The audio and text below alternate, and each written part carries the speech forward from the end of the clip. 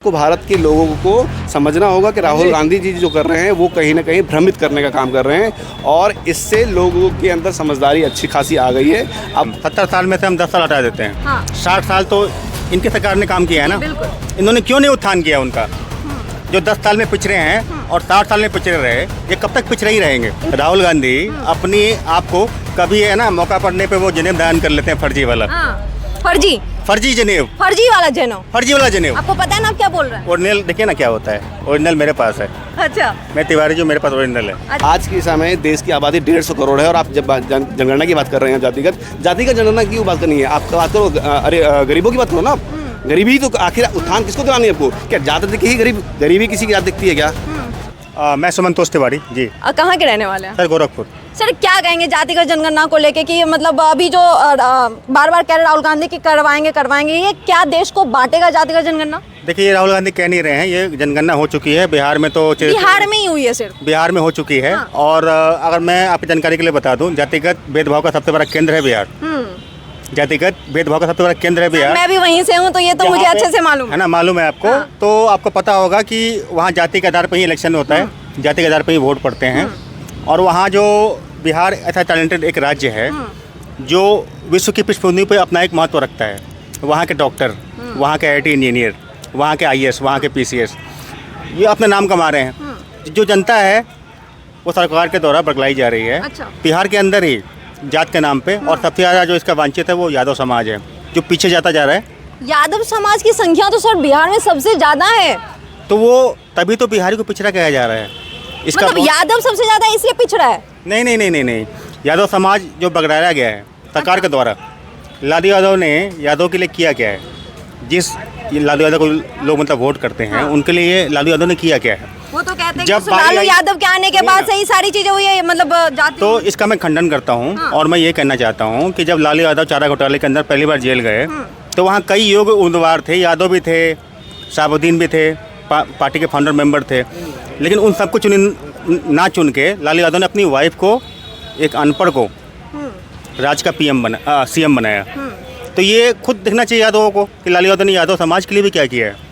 जहाँ जातिवाद की रहती, मैं जातिवाद के परिवारवाद है, समझ रहे हैं, लेकिन इससे जनता को क्या असर पड़ा? क्योंकि उससे पहले तो ये कहा जाता है कि वहाँ पे सवर्णों की ज़्यादा वहाँ पे बोलबाला था, लेकिन लालू यादव के आने के बाद फिर वहाँ पे यादव या फिर जो और दलित समाज के हैं वो उनका थोड़ा स्थिति ठीक हुआ था। मैम देखिए, जो ये सवर्ण समाज की बात हो रही है, उनके पास संपत्ति है।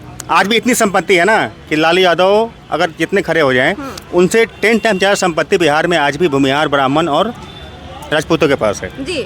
इतनी संपत्ति है। जो अभी बिहार में जो संवैधानिक जो विचारधारा बची है वो इन्हीं की बदौलत बची है। लालू यादव ने। अच्छा, लालू यादव की बदौलत या इन 3-4 कास्ट की वजह? इन 3-4 कास्ट की वजह से बची है। अच्छा। मैं ये कहना चाहता हूँ, और ये मैं खुले कहता हूँ, डंकी की चोट पे कहूँगा, जहाँ कहिएगा वहाँ मैं कहूँगा, नक्सलवाद को लाने वाला लालू यादव, जातिवाद को बढ़ाने वाला लालू यादव। इसने मीडिया के सामने आके कहा माई समीकरण, इसने कहा बुरा बाल साफ करो, भूमिहार ब्राह्मण लालू यादव को मार के बिहार से बाहर फेंक दो। ये खुले मन से कहने वाला क्या हमारा मुख्यमंत्री होना चाहिए क्या? ये कैसी बात है? और ये कैसा लोकतंत्र है जहाँ पे लालू यादव सब बंदा CM बनता है, उनकी वाइफ CM बनती है, आज उनकी बेटियाँ चुनाव में लड़ती हैं।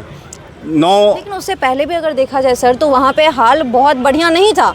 अगर सवर्णों की, मैंने जैसे कहा कि सवर्णों ने भी उस तरह से बना के रखा था कि आप मंदिर नहीं जा सकती हैं, आप स्कूल नहीं जा सकती हैं, आप यहाँ नहीं जा सकती, आप कुएं से पानी नहीं निकाल सकती, ऐसी धारणाएं बनी हुई थी हर जगह। मैम फिर मैं आपको थोड़ा और पीछे लेके जाऊँगा। मैं आपको नालंदा के टाइम का इतिहास गिनाऊँगा, जब पूरे विश्व का नंबर 1 विश्वविद्यालय नालंदा विश्वविद्यालय बिहार के अंदर था। आप मानती नहीं मानती? आप तो वहीं की हैं, आपने देखा होगा ना। शिक्षा केंद्र था, उसको बर्बाद करने वाले ये मुगल, जिनके साथ ये पार्टी। खैर मैंने देखा तो नहीं है, और लेकिन मैंने सुना है। सर अब बात जातिगत जनगणना पे ही रहने देते, क्योंकि अगर हम पीछे जाएंगे तो बहुत ज़्यादा इतिहास है, बहुत डीप इतिहास है। सही है गलत है? बस इतना ही सवाल 2 है। बातों में खंडन मैं करूँगा। जाति गिन के क्या करोगे? क्या उनका उत्थान हो जाए गिनने से? लेकिन राहुल गांधी कहते हैं, इस बात में तर्क ये देते हैं कि हमें अगर पता होगा कि अल्पसंख्यक कितने हैं या फिर दलित समाज के लोग कितने हैं, पिछड़े या शोषित लोग कितने हैं, तो हम उन्हें वहाँ तक मतलब उनके हक दिला सकते हैं। ये जो आरक्षण बना था कितने साल के लिए बना था ये सभी जानते हैं। 10 साल के लिए, एक अल्पायु के लिए बना था ये। उसको राजनीति के तहत खींचा गया। तो क्या मैं 10 बार आपको गिन लूँ कि आप गरीब हो गरीब हो गरीब हो? उससे आपका उत्थान होगा। लेकिन फिर भी उन लोगों को नहीं मिला ना सर, वही तो बात है कि अभी भी ऐसा नहीं है कि 2024 में आने के बाद ना हर कोई मतलब कि कोई गरीब नहीं है, अभी भी कई सारे लोग गरीब हैं और बहुत वांछित लोग हैं अपने समाज में ही, वो इस तरीके से रह रहे हैं जैसे कि उनके वो किसी समाज में नहीं बल्कि किसी जंगल राज में रह रहे हैं। अच्छा मैम, 70 साल में से हम 10 साल हटा देते हैं। हाँ। 60 साल तो इनकी सरकार ने काम किया है ना। बिल्कुल। इन्होंने क्यों नहीं उत्थान किया उनका? जो 10 साल में पिछड़े हैं और 60 साल में पिछड़े रहे, ये कब तक पिछड़े ही रहेंगे? इनका सवाल सही है, लेकिन इस बात से हम ये तय नहीं कर सकते कि जातिगत जनगणना होनी चाहिए या नहीं होनी नहीं, चाहिए। क्यों होनी चाहिए? मेरा नहीं ये होनी कहना है चाहिए। कि नहीं, इसलिए होनी चाहिए कि हम मतलब वोट बैंक की बराबरी कर सकें, अच्छा। वोट बांट सकें। तुम लाला, मैं ब्राह्मण, तुम राजपूत, तुम यादव, ये बांट सकें, इसलिए गणना चाहिए आपको।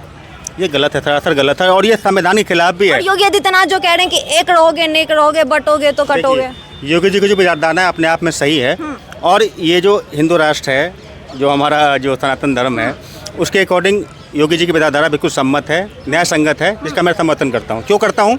क्योंकि ये इतिहास गवाह है। कभी भगत सिंह कटे थे, चंद्रशेखर आज़ाद फांसी पे झूले पे चढ़ गए थे, गोली मारी थी अपने आप को, भगत सिंह फांसी चढ़ाए गए। तो ये सनातन धर्म को लब लेके ना कई हमारे सनातनी विचारधारा के ठीक है, लोगों ने अपनी कुर्बानी दी। ठीक है।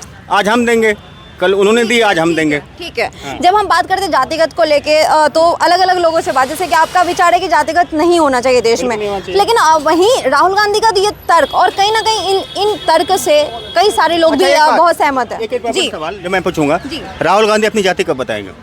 बिल्कुल, वाह। राहुल गांधी अपनी जाति कब बताएंगे? अच्छा, राहुल गांधी अपनी आप को कभी है ना मौका पड़ने पे वो जनेब दान कर लेते हैं, फर्जी वाला। हाँ, फर्जी जनेब, फर्जी वाला जनेऊ। फर्जी वाला जनेब। आपको पता है ना आप क्या बोल रहे हैं? ओरिजिनल देखिए ना क्या होता है, ओरिजिनल मेरे पास है। अच्छा, मैं तिवारी जो, मेरे पास ओरिजिनल है। अच्छा, आप तिवारी हैं। बिल्कुल है, ठीक है ना। अब ये फर्जी वाला जो है ना, फर्जी वाला ये वामपंथी जो है ना, ये सब विचारधारा हमें नहीं चाहिए। या तो आप खुल के आइए हाँ। या फिर मत आइए। मतलब कि खुल के आइए, बताइए कि आप किस विचारधारा से हैं, किस धर्म से हैं, ऐसे मतलब झूठी घुमाइए मत। घुमाइए मत। मतलब कभी कुछ बन जाते हैं, कभी कुछ बन जाते हैं, कभी कुछ बन जाते हैं, ये नहीं। और राहुल गांधी के विचारधारा के मनमोहन सिंह जब पीएम बने थे, उन्होंने एक बयान दिया था, देश की हर एक संपदा पे सबसे पहला अधिकार मुसलमानों का है। ये बयान देने वाले कांग्रेस पार्टी के लोग हैं। अगर ये बयान गलत है तो आप आइडेंटिटी कर लीजिए, फिर मेरे पास आइएगा। दिया था ना। बिल्कुल। तो ये गणना क्यों हो रही है, किस लिए हो रही है? लेकिन उन्होंने ये भी साथ में कहा था कि इस पे अल्पसंख्यक के साथ जो वांछित समाज के लोग हैं या जो शोषित हैं या जो मतलब कि दलित समाज हैं, उनका भी हक है। सिर्फ उन्होंने एक नाम नहीं लिया था, एक जाति या एक अल्पसंख्यक का नाम नहीं लिया था। ये बयान मतलब ये नहीं था क्या कि देश की संपदा पे सबसे पहला अधिकार अल्पसंख्यक वांछित समाज के, दलित, महादलित, ओबीसी, इन सब का है। उनका बयान यही था ना? ये बयान यही था ना? उनका पूरा बयान सर पूरा। अच्छा, आप बताइए ना, कोई दिक्कत पूरा में स्पेशली अल्पसंख्यक बोला था। मुसलमानों का था। नहीं सर, अभी जो मनमोहन सिंह का है अल्पसंख्यक बोला है। कास्टिज्म को अलग रखिए और रिलीजन को अलग रखिए। अल्पसंख्यक वर्ड कास्टिज्म में नहीं आता, वो आता है रिलीजन पे। मैं कह रही हूँ, मैं आपकी बात से सहमत हूँ कि सो वो अलग अलग आता है, लेकिन जब उन्होंने ये बात, क्योंकि अभी ये 2024 में जब चुनाव चल रहा था तो उस वक्त उनका ये बयान बहुत वायरल हुआ था और आपने भी जरूर देखा होगा ये वीडियो कि जहाँ पे मनमोहन सिंह का ये क्लिप बहुत वायरल हो रहा था कि वो अल्पसंख्यक का नाम ले रहे हैं, लेकिन अगर आप पूरा क्लिप देखें तो उसमें वो कास्टिज्म को लेके भी बोल रहे हैं। पूरा वीडियो में ही यही बात कही गई है। पहले स्टार्ट करते हैं वो कास्ट से कि जो दलित, पिछड़े, वंचित हैं, उसके बाद में स्पेशल मेंशन करते हैं वो अल्पसंख्यक को, खासकर माइनॉरिटीज की बात करते हैं वो, जिसमें मुस्लिम लोग आते हैं।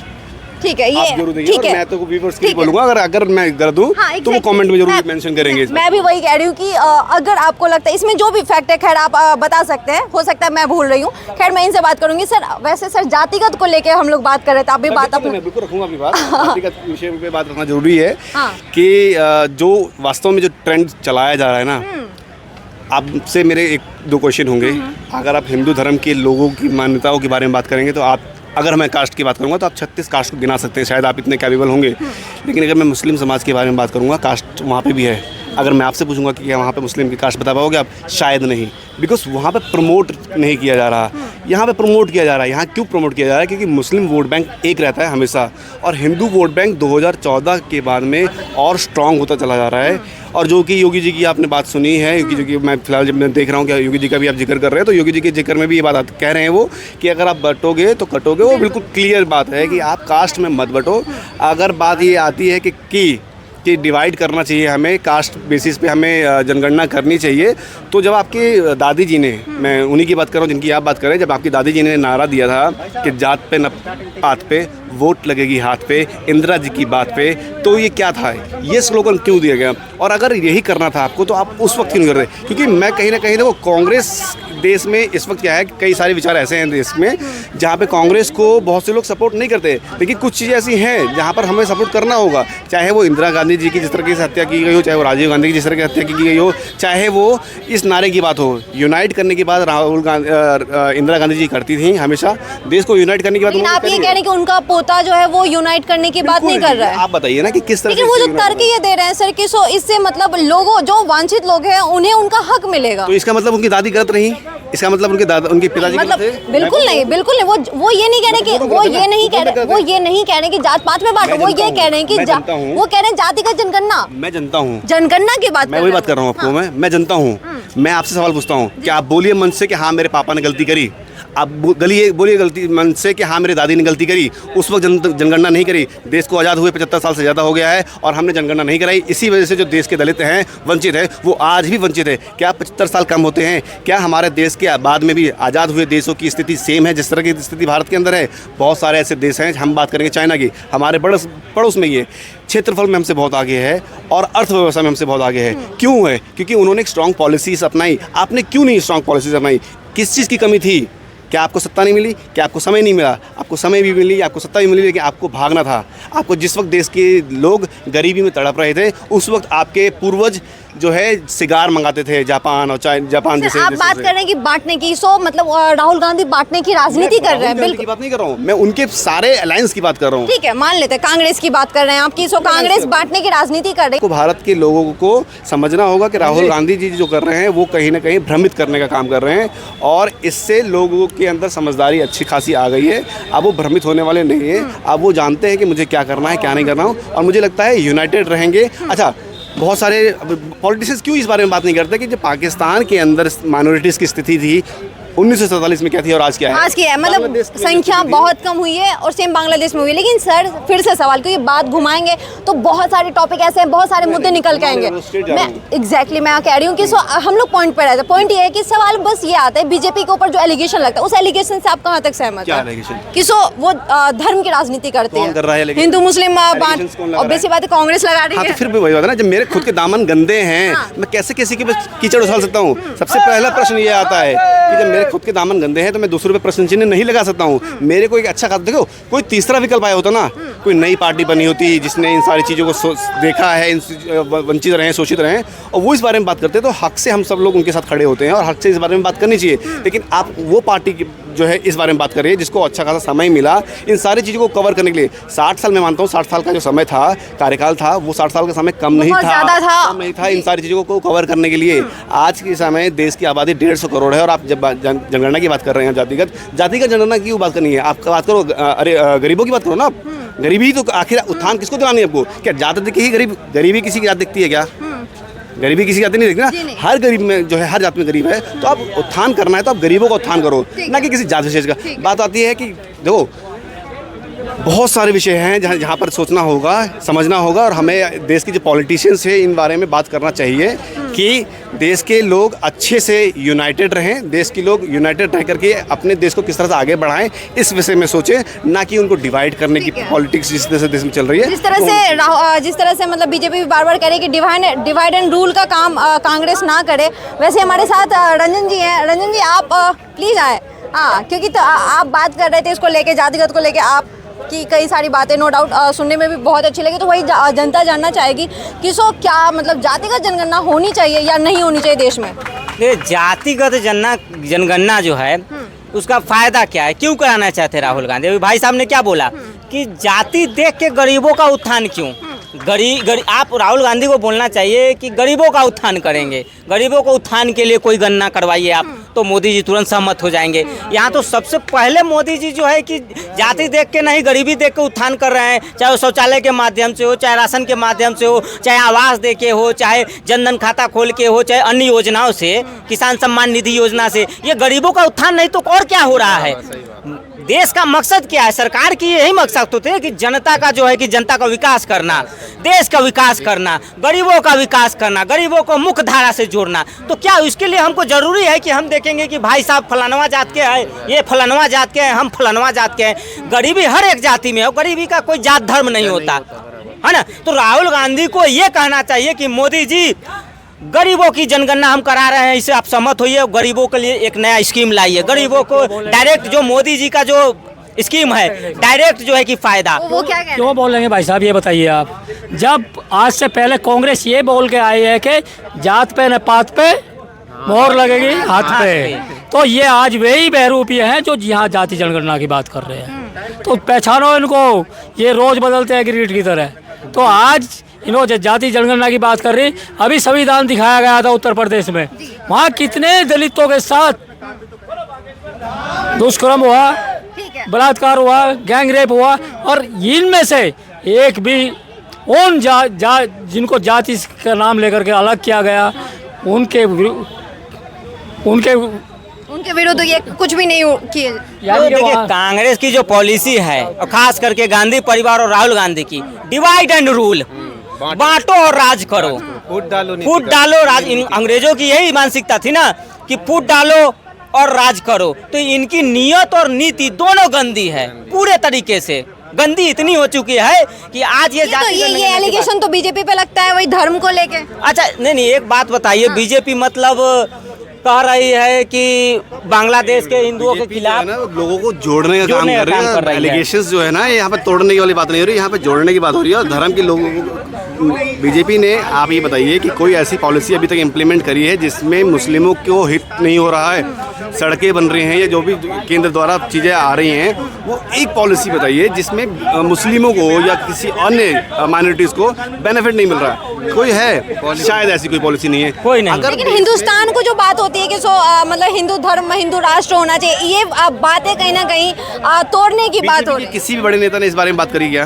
प्रधानमंत्री ने, राष्ट्रपति ने, किसी मुख्यमंत्री ने बात करी क्या? नहीं। तो भारत जो है वो पहले से ही हिंदू राष्ट्र है, 1947 से ही हिंदू राष्ट्र है। कैसे? हिंदुओं के और मुसलमानों के नाम पे ही तो दो देश अलग हुए हैं। पाकिस्तान बना किसके लिए आपको पता है, हिंदुस्तान बना किसके लिए पता है। वहाँ पे दो धर्मों की बात की गई थी। हिंदुस्तान बना नहीं है सर, हिंदुस्तान पहले से था, लेकिन सवाल खास करके ऋषि मुनि तपस्वियों का देश है। हजारों, जब से सूरज चांद है, नदी पहाड़ है, तब से जो है कि भारत का नाम है। तो ये कहना गलत माने कि हिंदू राष्ट्र, ये तो हजारों वर्ष से है। यहाँ के साधु संत महात्मा, ये तो अलग टॉपिक है। एक वीडियो, कई सारे ऐसे अभी भी वीडियो वायरल होते हैं जिसमें कि दलित के साथ, महादलित के साथ या तो पिछड़ों के साथ बहुत सारे प्रताड़ना या फिर किस मारा पीटा जाता है, ऐसे वीडियो वायरल होते हैं। मध्य प्रदेश से जैसे आपने देखा होगा कि दलित के ऊपर टॉयलेट किया जाए, तो ये हाँ बिल्कुल। अब इन चीज़ों पे ना तो बहुत ज़्यादा बड़ी कार्रवाई की जाती है बीजेपी की ओर से, और इसको लेके क्या कहेंगे? क्योंकि यहाँ फिर उसके पैर भी धोए थे जो उसके साथ जो करने वाले शिवराज जी की बात उन्होंने कही। सेम इंसिडेंट होता है यूपी के लखनऊ में भी। यहाँ पर एक सरवण जात के ठाकुर लड़का था जो कि रिक्शा चलाता था, उसके ऊपर एक दलित व्यक्ति ने भी यही कांड किया है। और आपको शायद नहीं पता, तो अब ये जो है गूगल पे इसकी वीडियो भी, यूट्यूब पे वीडियोस की अवेलेबल है। ये दोनों ही चीज़ें गलत हैं। इस तरीके की चीज़ें नहीं होनी चाहिए। बिल्कुल क्लियर जिम्मेदारी से बात कर रहा हूँ कि ऐसी प्रताड़नाएं कहीं भी नहीं होनी चाहिए। लेकिन जब हम बात करते हैं विपक्ष के द्वारा, क्या अभी उदयपुर में एक दलित बच्चे की हत्या कर दी गई, किसने हत्या करी पता है, लेकिन किसी भी विपक्ष के नेता ने वहाँ पर अपनी हाजिरी लगाई? नहीं लगाई। क्या अयोध्या में जो रेप हुआ वो बच्ची दलित नहीं है? क्या वो दलित नहीं है? क्या रेपिस्ट श्रवण है?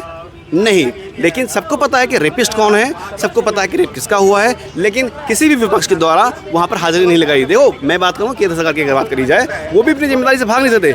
देश में बढ़ रहे बहुत सारे लेवल पे क्राइम रेट जो बढ़ रहा है, उस पर काम करना बहुत आवश्यक है। लेकिन ऐसे जो विचारधाराएं हैं जिसमें लोग डिवाइड होने लगे, अगर डिवाइड होने लगेंगे तो गृह युद्ध की स्थिति देश के अंदर बन जाएगी, जो कि बहुत गलत है। तो किसी भी तरीके से यूनाइट करिए। और यूनाइट के बारे में अगर योगी जी की बात होती है तो योगी जी ने ये तो नहीं बोला ना कि मुस्लिमों को अलग कर दो, वो तो नहीं, वो सबके लिए बोल रहे हैं कि आप यूनाइटेड रहो, सभी लोगों के लिए बोल रहे हैं। नहीं बात तो ठीक है। तो जैसे कि भाई साहब ने बताया कि एक रहोगे तो नहीं रहोगे, जातिगत जनगणना देश के लिए हानिकारक है, गृह युद्ध जैसे चीज। एक चीज और मैंशन करता हूँ, जातिगत नहीं, जनगणना होनी चाहिए आर्थिक रूप से। मैं वही कह रही हूँ कि गरीबों को जनगणना दो और उसी रूप से रूपरेखा बनाओ कि गरीब लोग आगे आए। देखो, जातियों की अगर बात की जाएगी तो बहुत से SC ST OBC जो भी जातियाँ कही जाती हैं उसमें बहुत से लोग अभी भी अमीर हो गए, करोड़पति अरबपति हो गए, लेकिन संवैधानिक रूप से वो आज भी आर्थिक रूप से आज भी वो आरक्षण का लाभ ले सकते हैं।